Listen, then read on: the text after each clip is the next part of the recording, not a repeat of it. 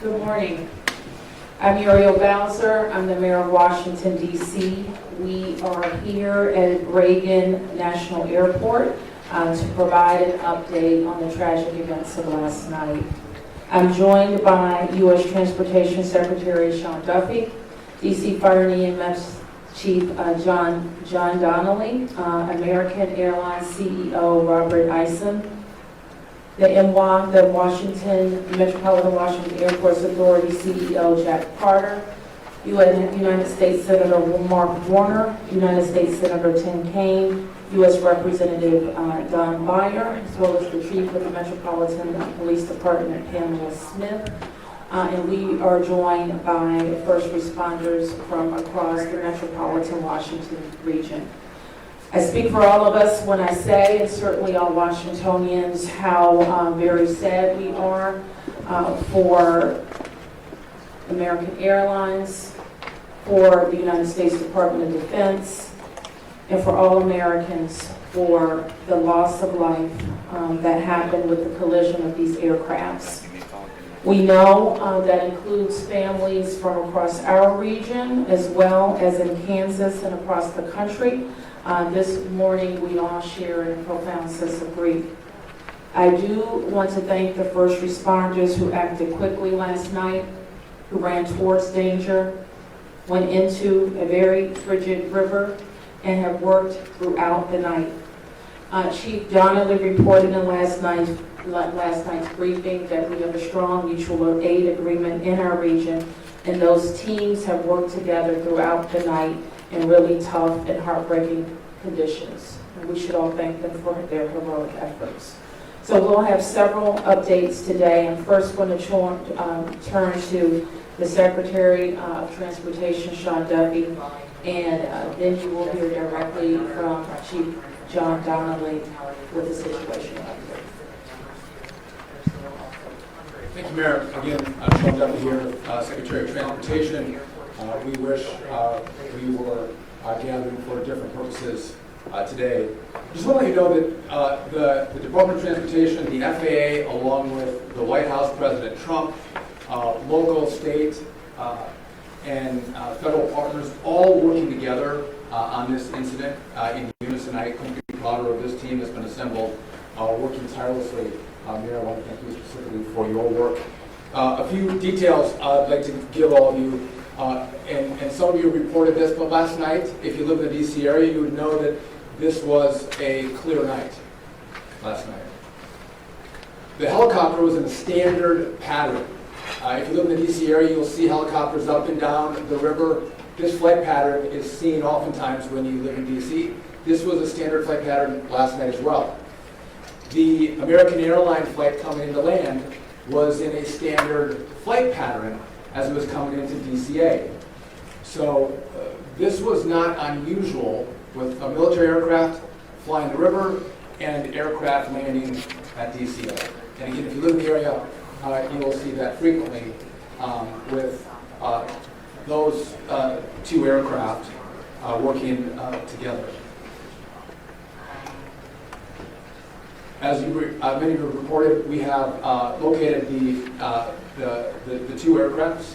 The fuselage of the American Airline plane was inverted. It's been located in 3 different sections. It's in about waist-deep water, so that recovery is going to go on today as that recovery takes place of the fuselage of the aircraft. NTSB is going to start to analyze that aircraft, partner with the FAA with all the information we have to get the best results possible for the American people. I would just say that safety is our expectation. Everyone who flies in American skies expects that we fly safely, that when you depart an airport, you get to your destination. That did happen last night.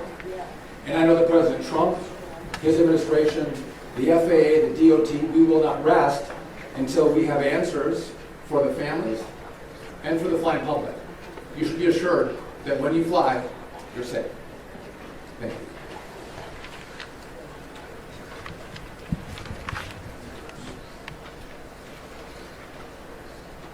Thank you, Secretary. Thank you, Mayor. I'm joined today with Fire Chief Bonnet from the Metropolitan Washington Airports Authority, and I'm John Donnelly, Chief of the Columbia Fire and EMS Department.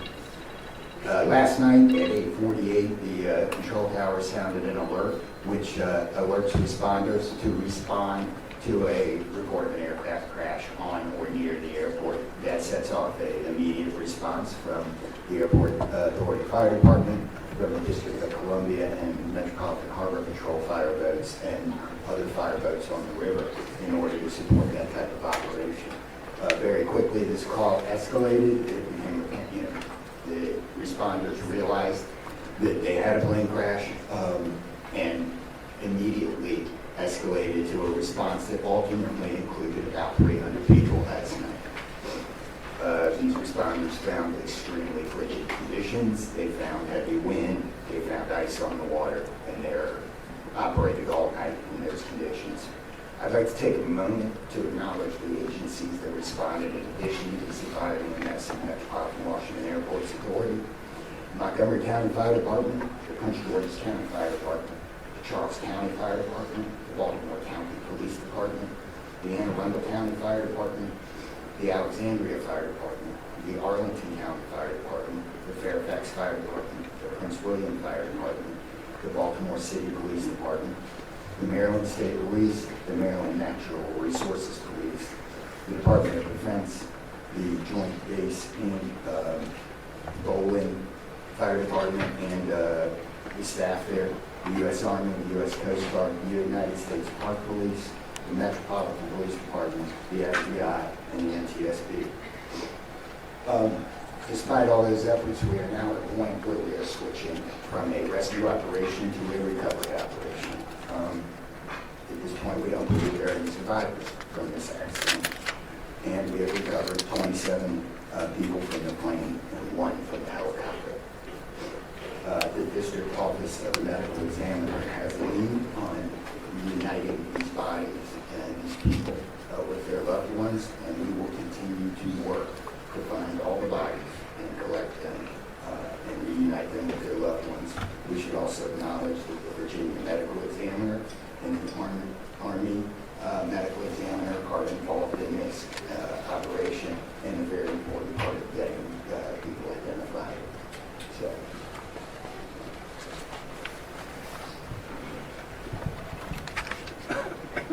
Our hearts are certainly with all of the crew in American Airlines, and we'll hear from CEO Isaac. Thank you, Mayor. Good morning. I'm Robert Ison, the CEO of American Airlines. I want to express my sincere condolences for the accident that happened at DC last night.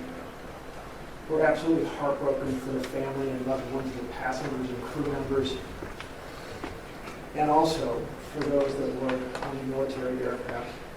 Our focus right now is doing everything that we can to support all of those involved and also the PSA Airlines team. This is devastating. It's, we are all hurting incredibly. We urge any family and friends looking for information about their loved ones to call our designated helpline, and that's at 1-800-679-8215. 1-800-679-8215. And here's what I can share at this early stage. American Eagle Flight 5342, operated by PSA Airlines, traveling from Wichita, Kansas to Reagan National Airport, was involved in an accident just before 9 p.m. local time on final approach into Reagan National. It collided with a military aircraft on an otherwise normal approach. And at this time, we don't know why the military aircraft came into the path of the PSA aircraft. Flight 5342, a CRJ 700, was under the command of 4 crew members. They carried 60 passengers, as you know, for a total of 64 people on board.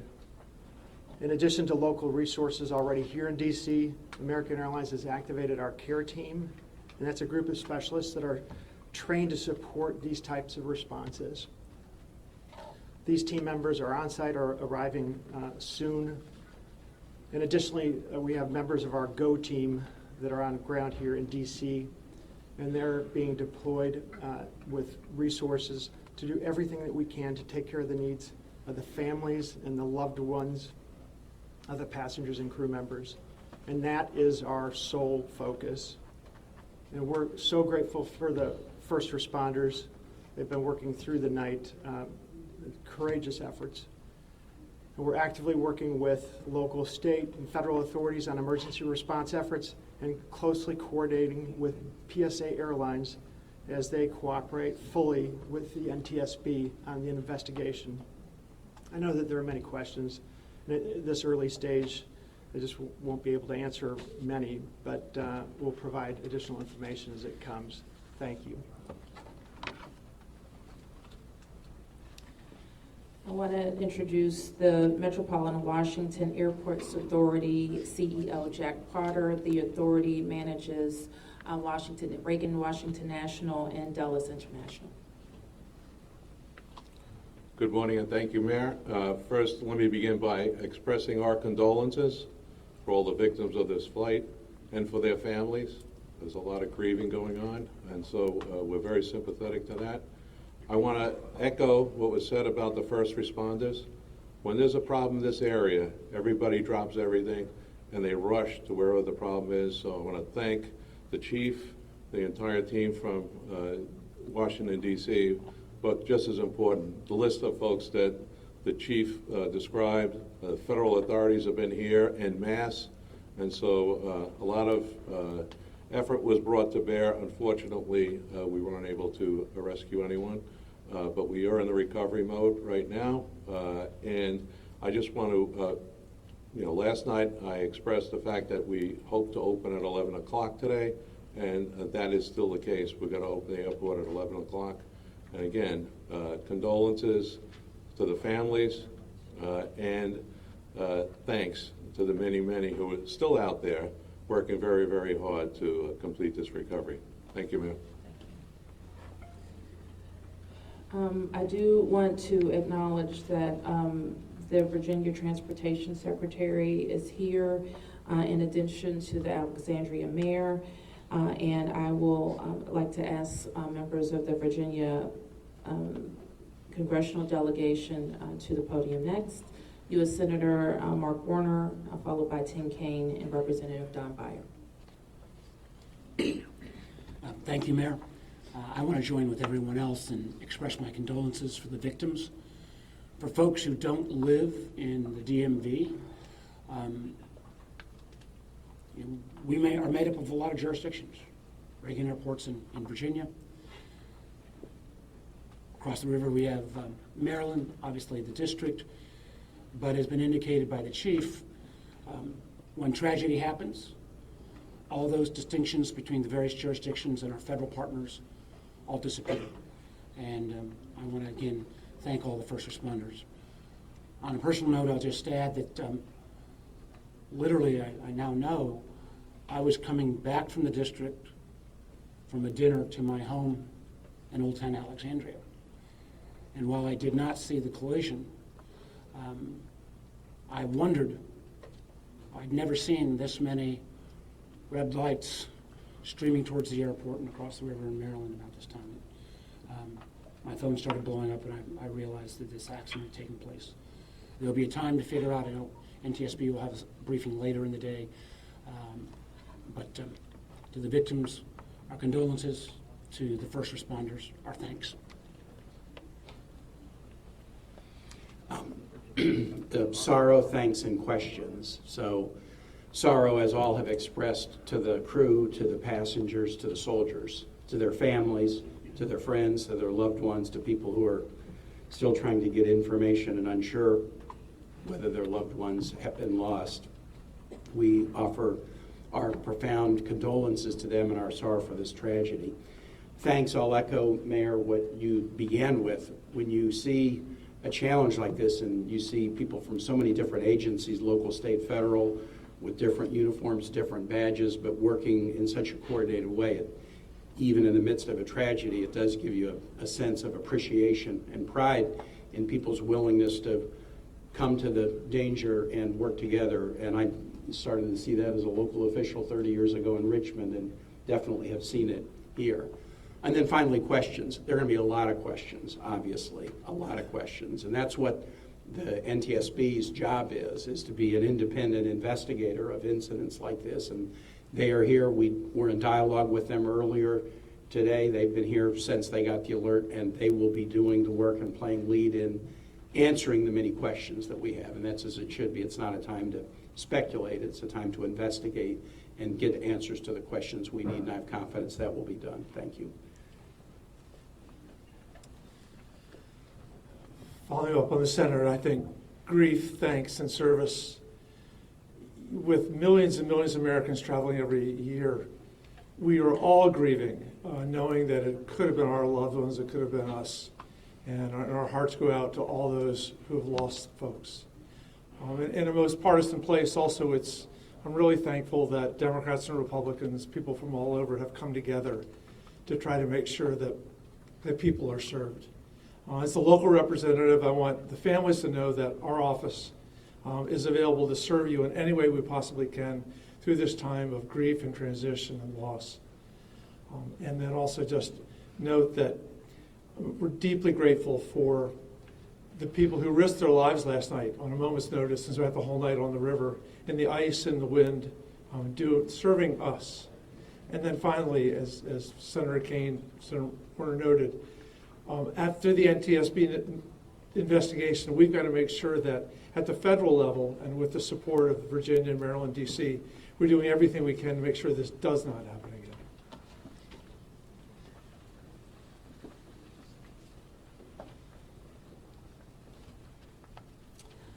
So with that, it's been said already that the National Transportation Safety Board becomes the lead agency in the investigation.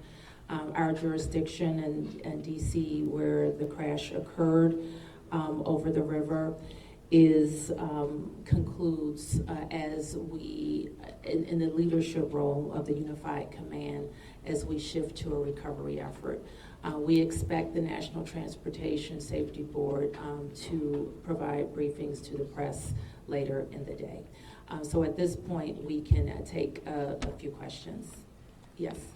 Can you say without a shadow of a doubt that people are safe to fly?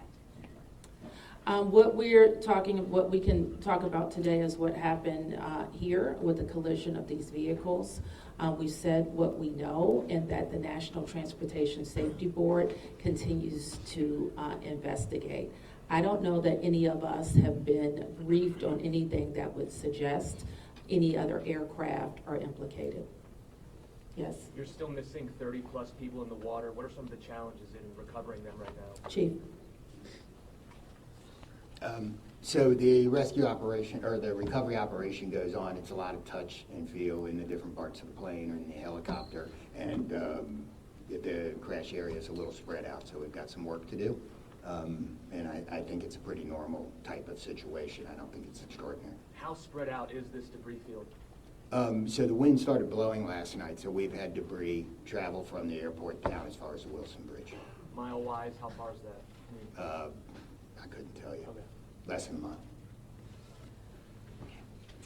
This is a question for CEO Carter. You're going to open the airport at 11 o'clock this morning. How are you going to do that? And what impact is that going to have on operations, on passengers, on people's anxiety? How are we going to do this? Well, we're going to open the airport at 11 o'clock. It's safe. We've worked with all the federal agencies, FAA, and it's been determined that we can open that airport safely. The recovery effort that's on our property is on the waterfront. Our primary runway, 119, will be open. It's away from any activity.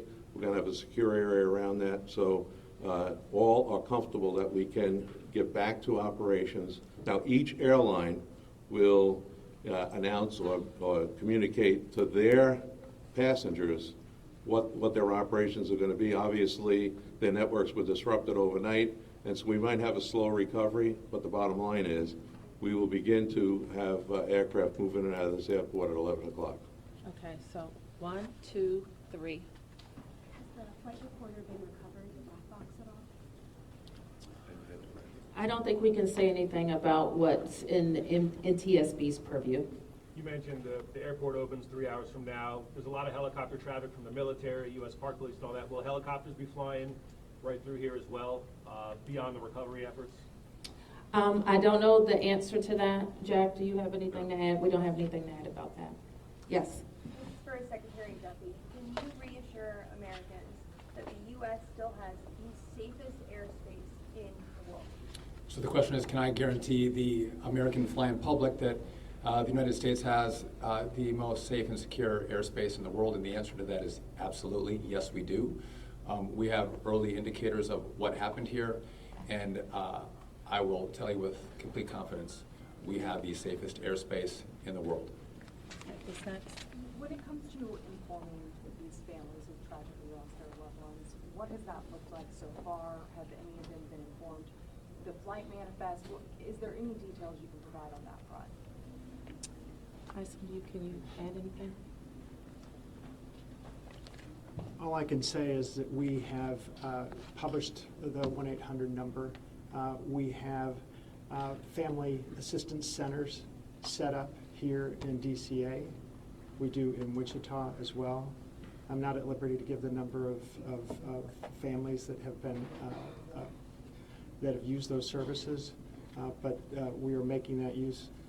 We have over 100 team members that are either here or on their way that are specially trained to work with family members, handle travel arrangements, hotel arrangements, incidentals, to make sure that we're taking care of people in any way that they can. As you know, as our teams are hurting and suffering, as our passengers and their families need assistance, we're doing everything we can. I don't have any more information on that right now.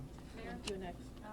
Chief Donnelly, can I ask you to describe the next phase of the investigation? How confident are you that you'll be able to recover all 67 of these bodies? And can you speak to some of the debris that's also being pulled out of the river? We understand there are some suitcases, some other things that have been pulled out from the river.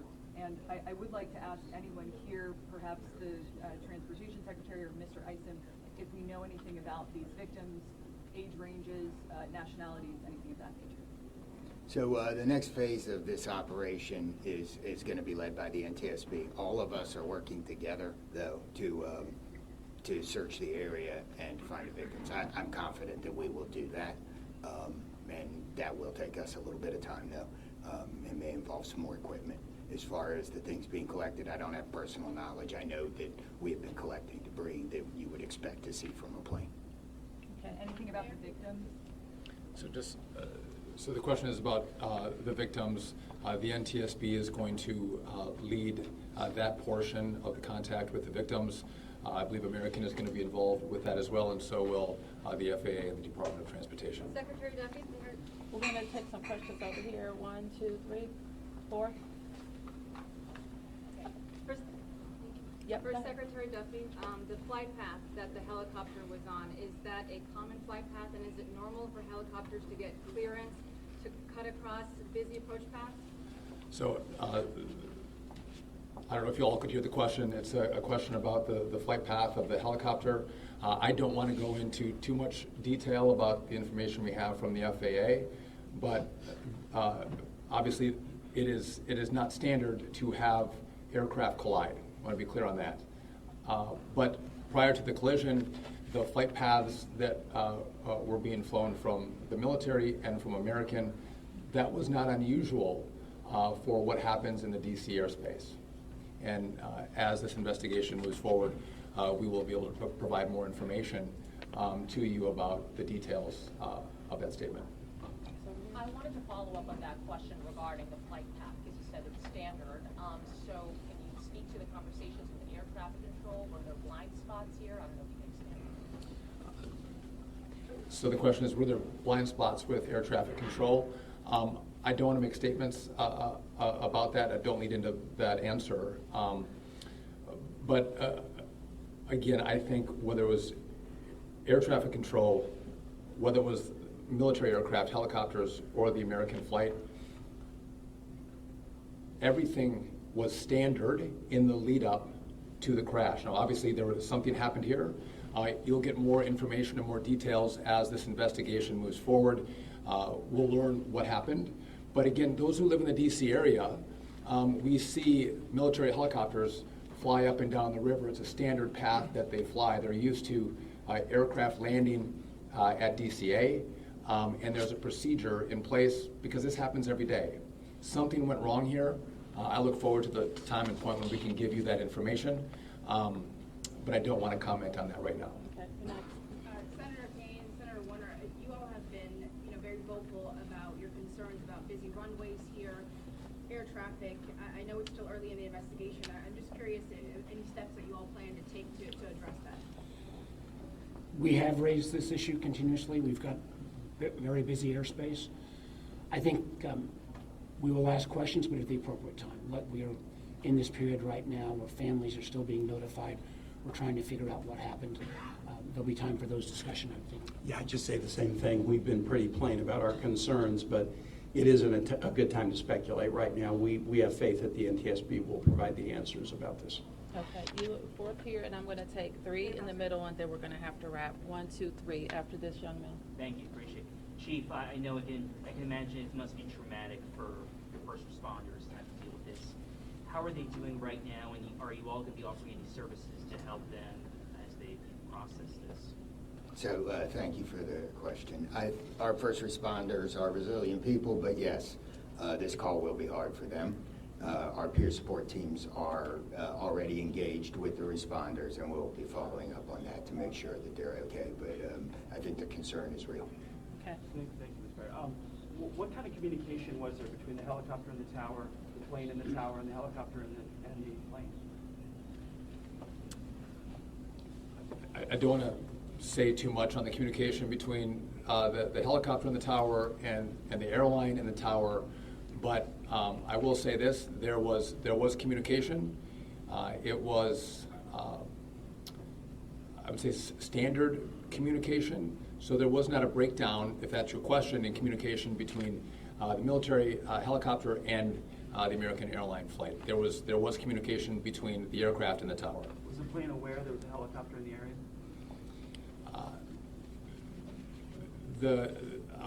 I would say the helicopter was aware that there was a plane in the area.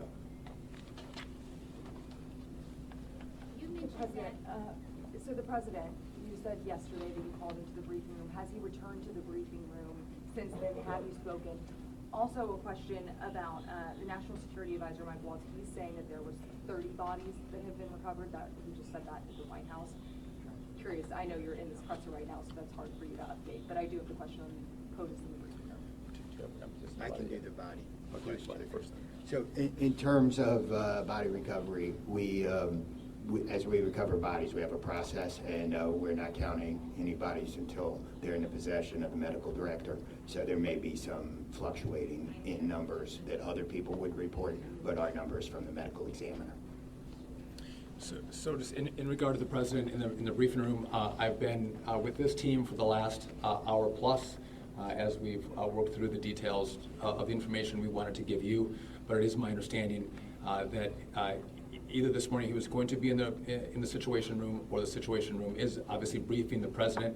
He has been kept in full appraisal of what is taking place. Okay, last two, you and you ma'am, first. You mentioned that the aircraft were on a standard flight pattern. Just curious, when the airport opens at 11 today, will planes be on that flight pattern again, or are they being directed to fly a different way to land? Jack, do you want to? Okay. Well, I mean, safety is paramount, and I don't have that information quite yet from the FAA, so I don't want to provide an information I don't want to provide an answer or inaccurate information on what routes will be flown out of DCA. Okay, last one. 2 questions really quickly. What do you know about the experience and history of the pilots of both the American Airlines plane and the Army Black Hawk helicopter? And then for Secretary Duffy, last night the president had said that this could have been prevented and questioned why air traffic control didn't tell a helicopter what to do. Is that something that investigators have determined should have happened in this situation? I can quickly, Secretary. Just quickly, I don't have a lot of information to release, but these are experienced pilots. I know that the captain had 6 years with PSA, or almost 6 years with PSA, and the first officer almost 2 years. Again, standard approach, and that's about all I can say. Thank you. In regard to the military, I don't have information in regard to the experience of the military pilots. I would just note that this was classified as a training mission. Sometimes people could think that a training mission is someone who is inexperienced in the cockpit. We call these missions that are flown in the DC area as our pilots are getting hours in experience training missions. So don't read into that we had how many hours the pilots on the military aircraft had. And you had another question for me that was. Last night, the president had said that Yep. this could be prevented, and also that air traffic control, questioning why they may not have communicated with the helicopter, telling them what to do. We are going to wait for all the information to come in from this vantage point, but to back up what the president said, what I've seen so far, do I think this was preventable? Absolutely. Thank you.